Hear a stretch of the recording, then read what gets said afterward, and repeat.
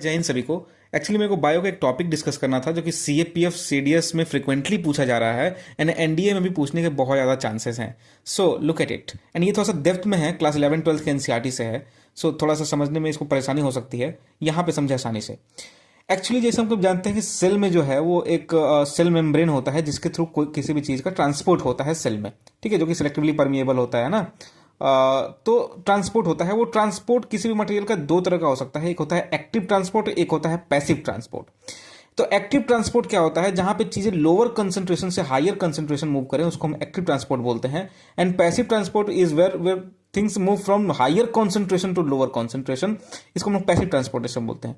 अब कोई चीज हायर से लोअर मूव होगी तो वहां एनर्जी रिक्वायरमेंट होगा, नहीं होगा। एंड कोई चीज अगर लोअर से हायर जा रही है तो वहां पे आपको एनर्जी लगाना पड़ेगा, तो वहां पे एनर्जी का रिक्वायरमेंट होता है इन एक्टिव ट्रांसपोर्ट। वो एनर्जी आता कहां से है, एटीपी से आता है। तो इसके अगर एग्जाम्पल देखें तो एक्टिव ट्रांसपोर्ट का एग्जाम्पल हो गया कि सेल में अगर हमको सोडियम या पोटेशियम का पंप करना हो ना तो वो थ्रू एक्टिव ट्रांसपोर्ट होता है।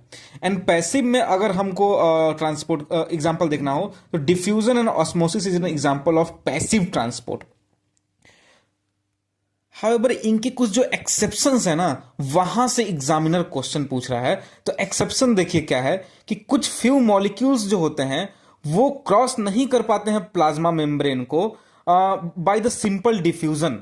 तो ऐसे जो मॉलिक्यूल्स हैं जो सिंपल डिफ्यूजन से क्रॉस नहीं कर पा रहे प्लाज्मा मेम्ब्रेन को, ऐसे मॉलिक्यूल फैसिलिटेट किए जाते हैं, ट्रांसपोर्टेड किए जाते हैं बाय कैरियर प्रोटीन।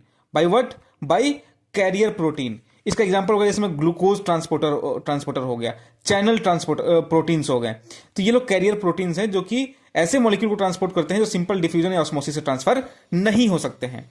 अब एक्टिव ट्रांसपोर्ट में एक एक्सेप्शन है कि एक्टिव ट्रांसपोर्टेशन में एनर्जी लगता है हमारा, ठीक है, in the form of ATP.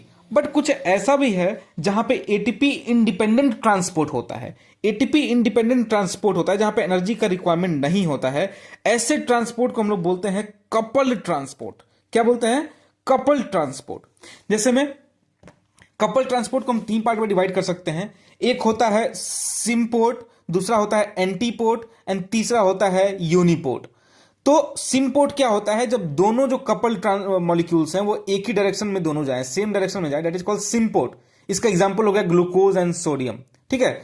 Anti transport क्या होता है? एंटीपोर्ट क्या होता है? जब मॉलिक्यूल्स डिफरेंट डायरेक्शन में मूव करें in the form of coupled, इसको हम लोग क्या बोलते हैं? एंटीपोर्ट बोलते हैं। इसका एग्जांपल हो गया सोडियम एंड कैल्शियम।